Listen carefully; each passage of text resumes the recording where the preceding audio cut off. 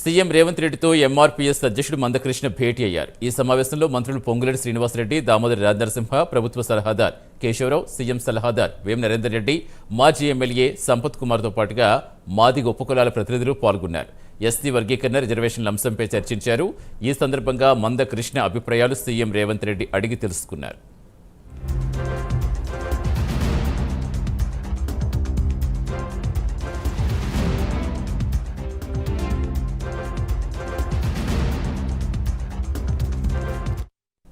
పూర్తి సమాచారం ఇచ్చేందుకు మా కరెస్పాండెంట్ చందు జనతర్. చందు, ఇంకా భేటీ కొనసాగుతోంది. ప్రధానంగా ఏ అంశాలపై చర్చించి ఉండొచ్చు?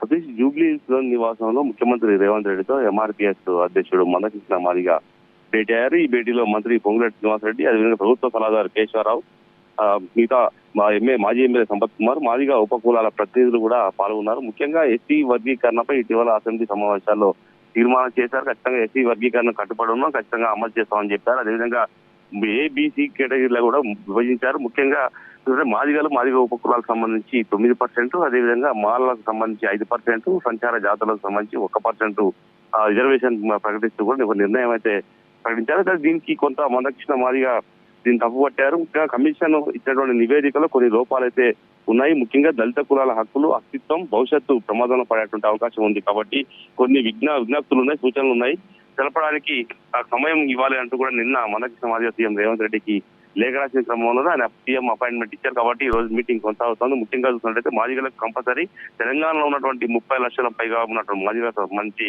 11% రిజర్వేషన్ రావాల్సి ఉంది. కానీ ప్రభుత్వం 9% ఇచ్చి 2% మాకు అన్యాయం జరుగుతుంది కాబట్టి ఖచ్చితంగా 11% ఇవ్వాలని కూడా సీఎంను ఆయన కోరినట్టుగా కూడా మనకు తెలుస్తోంది. అయితే ముఖ్యంగా ఎస్సీ వర్గీకరణ సంబంధించి సుప్రీంకోర్టు ఇచ్చిన డైరెక్షన్ మేరకు ఇక్కడ రాష్ట్ర ప్రభుత్వం ఒక కమిషన్, ఏకసభ్య కమిషన్ కూడా ఏర్పాటు చేసింది. రిటైర్డ్ జడ్జి షమీమ్ అఖ్తర్ నేతృత్వంలో కమిటీ ఆ నివేదిక కూడా సీఎం రేవంత్ రెడ్డికి ఇచ్చారు. మరోవైపు మధ్యవర్గ ఉపసంఘంలో కూడా ఉత్తమ్ కుమార్ రెడ్డి నేతృత్వంలో ఉపసంఘం వేశారు. ఆ సంఘం అంతా అన్ని విధాలుగా చర్చించిన తర్వాత ప్రభుత్వం అయితే ఒక నిర్ణయం అయితే తీసుకుంది. దీన్ని ఖచ్చితంగా ఎస్టీ వర్గీకరణను ఇంప్లిమెంట్ చేస్తాం, తెలంగాణలో అమలు చేస్తామంటూ కూడా ప్రభుత్వం కూడా భావిస్తా ఉంది. ముఖ్యంగా చూసినట్లయితే ఖచ్చితంగా వివిధ రాష్ట్రాల్లో కూడా ఎస్టీ వర్గీకరణకు తెలంగాణ రోల్ మోడల్ గా ఉండాలని కూడా ముఖ్యమంత్రి 10 సార్లు చెప్పుకొచ్చారు. నేపథ్యంలో ఖచ్చితంగా తెలంగాణలో ఎస్టీ వర్గీకరణ జరిగి తీరాలని కూడా ముఖ్యమంత్రి రేవంత్ రెడ్డి భావించిన క్రమంలోనే అసెంబ్లీలోనే దీనిపై తీర్మానం చేశారు. త్వరలో దీన్ని అమల్లోకి తీసుకొస్తామని కూడా చట్ట రూపంలో కూడా తీసుకురావాల్సి ఉంటుంది. కాబట్టి ఖచ్చితంగా చట్టం చేస్తామని చెప్పి కూడా ముఖ్యమంత్రి చెప్పిన నేపథ్యంలో ఇప్పుడు మందకృష్ణ మాదిగ భేటీ పైన సర్వత్రా ఆసక్తి అయితే